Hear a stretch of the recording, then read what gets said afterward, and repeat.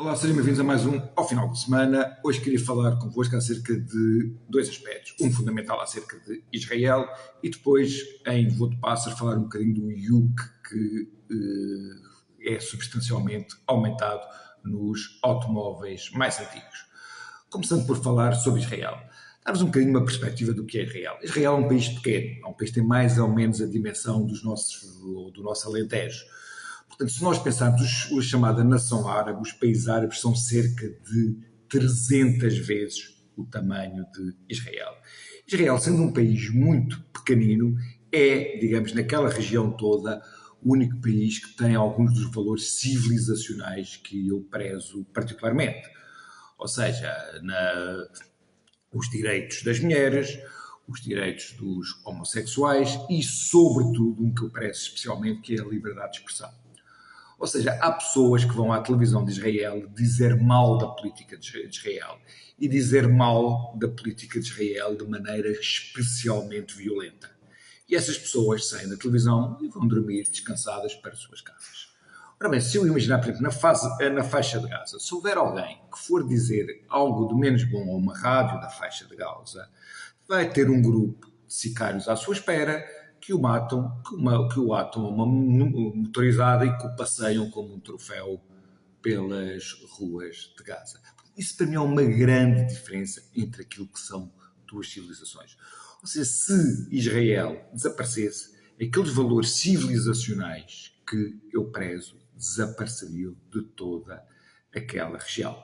Okay? Portanto, eu tendencialmente, sim, mesmo admitindo muitos pontos fracos ou aspectos que eu não concordo com a política de Israel, como a política dos colonados e tudo mais, eu tendo a ficar mais próximo daquilo que são as posições de Israel. Assim, eu entendo que haja pessoas que possam estar próximo mais das posições palestinianas e que sejam sensíveis aos argumentos palestinianos e dizer que Israel que não nos dá condições que sejam aceitáveis e que leve argumentos históricos à colação e tudo mais. Mas há uma coisa que eu não entendo e que foi uma coisa que aconteceu face a esses acontecimentos, é que se legitimem comportamentos que são absolutamente inaceitáveis. Porque em situações de guerra, mesmo que uma pessoa entenda que está no lado que é o dele, que é o lado certo, existe uma linha de decência, existe uma linha que separa a civilização da barbárie. E neste caso concreto, todas as linhas que separam a civilização da barbárie foram ultrapassadas. Então, isto muitas vezes acontece na guerra. Eu vou-vos dar alguns exemplos históricos que me podem vir ao que me lembro. Por exemplo, quando foi a Segunda Guerra Mundial, quando os soviéticos estavam a avançar junto à Alemanha, chegaram a uma localidade chamada Nemmersdorf.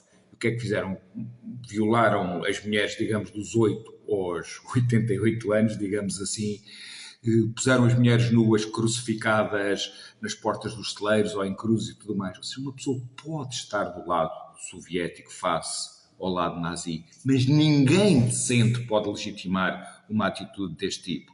Se nós pensarmos, por exemplo, quando começou a guerra colonial em Angola, em 61, o tipo de barbáries que foram feitas no norte de Angola, mesmo alguém que seja anticolonialista pode concordar com isto. Da mesma forma que, por exemplo, quando os soldados portugueses em Moçambique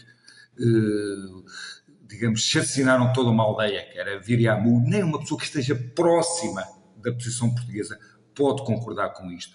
Portanto, termos a noção que existe uma linha que separa a decência da barbárie é uma coisa importantíssima e muitas pessoas provaram agora não saber que existe ou não respeitar essa linha.